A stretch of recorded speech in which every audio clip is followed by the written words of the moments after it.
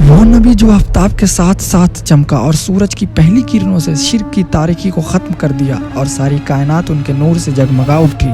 جس طرح سورج نکلنے سے پہلے ستاروں کی روپوسی صبح صادق کی سفیدی، شفق کی سرخی سورج نکلنے کی خوشخبری دینے لگتی ہے، اسی طرح جب آفتاب رسالت کے طلوع کا زمانہ قریب آ گیا تو اطراف عالم میں بہت سے ایسے عجیب عجیب واقعات بطور علامت کے ظاہر ہونے لگے جو ساری کائنات کو جھنجھوڑ کے یہ بشارت دینے لگی کہ اب رسالت کا سورج اپنی پوری آب و تاب کے ساتھ طلوع ہونے والا ہے۔ آپ علیہ السلام اس دنیا میں کب تشریف لائیں؟ آپ کو اس دنیا میں تشریف لانے سے قبل کیا واقعات ہوئے؟ آپ کا نام محمد کس نے رکھا؟ اگر آپ ان سوالوں کے جواب جاننے کے لیے تیار ہیں تو چلیں شروع کرتے ہیں۔ تاریخ عالم میں یہ وہ نرالا اور عظمت والا دن ہے کہ اس دن عالم ہستی کے ایجاد کا باعث، گردش لیل و نہار کا مطلوب، خلق آدم کا رمز، کشتی نوح کی حفاظت کا راج اور ابن مریم کی بشارت کا ظہور ہوا۔ کائنات وجود کے الجھے ہوئے گیسوں کو سنوارنے والا، تمام جہانوں کے بگڑے نظاموں کو سدھارنے والا یعنی محمد مصطفیٰ صلی اللہ تعالیٰ علیہ وسلم عالم وجود میں رونق افروز ہوئے۔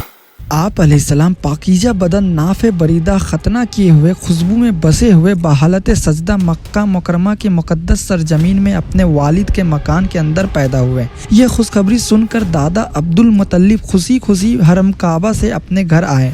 اور جو سے محبت میں اپنے پوتے کو کلیجے سے لگایا، پھر کعبہ میں لے جا کر خیر و برکت کی دعا مانگی اور آپ کا نام محمد رکھا۔ حضرت عبداللہ بن عباس رضی اللہ عنہ سے روایت ہے کہ جس رات آپ علیہ السلام کا نور نبوت حضرت عبداللہ رضی اللہ عنہ کے پشت اقدس سے حضرت آمنہ رضی اللہ عنہ کے بطن مقدس میں منتقل ہوا، روئے زمین کے تمام چوپایوں خصوصاً قریش کے جانوروں کو اللہ نے گویائی عطا فرمائی اور انہوں نے بزبان اعلان کیا کہ اللہ عز و جل کا مقدس رسول آنے والا ہے جس کے سر پر تمام دنیا کی امامت کا تاج ہے اور جو سارے عالم کو روشن کرنے والا چراغ ہے۔ مشرق کے جانوروں نے مغرب کے جانوروں کو بشارت دی، اسی طرح سمندروں اور دریاؤں کے جانوروں نے ایک دوسرے کو یہ خوشخبری سنائی کہ آپ علیہ السلام کی ولادت ہونے والی ہے۔ حضور صلی اللہ علیہ وسلم کی والدہ ماجدہ حضرت بی بی آمنہ رضی اللہ عنہ نے فرمایا، جب آپ علیہ السلام پیدا ہوئے تو میں نے دیکھا کہ ایک بہت بڑی بدلی آئی جس میں روشنی کے ساتھ گھوڑوں کے ہنہنانے اور پرندوں کے اڑنے کی آوازیں تھی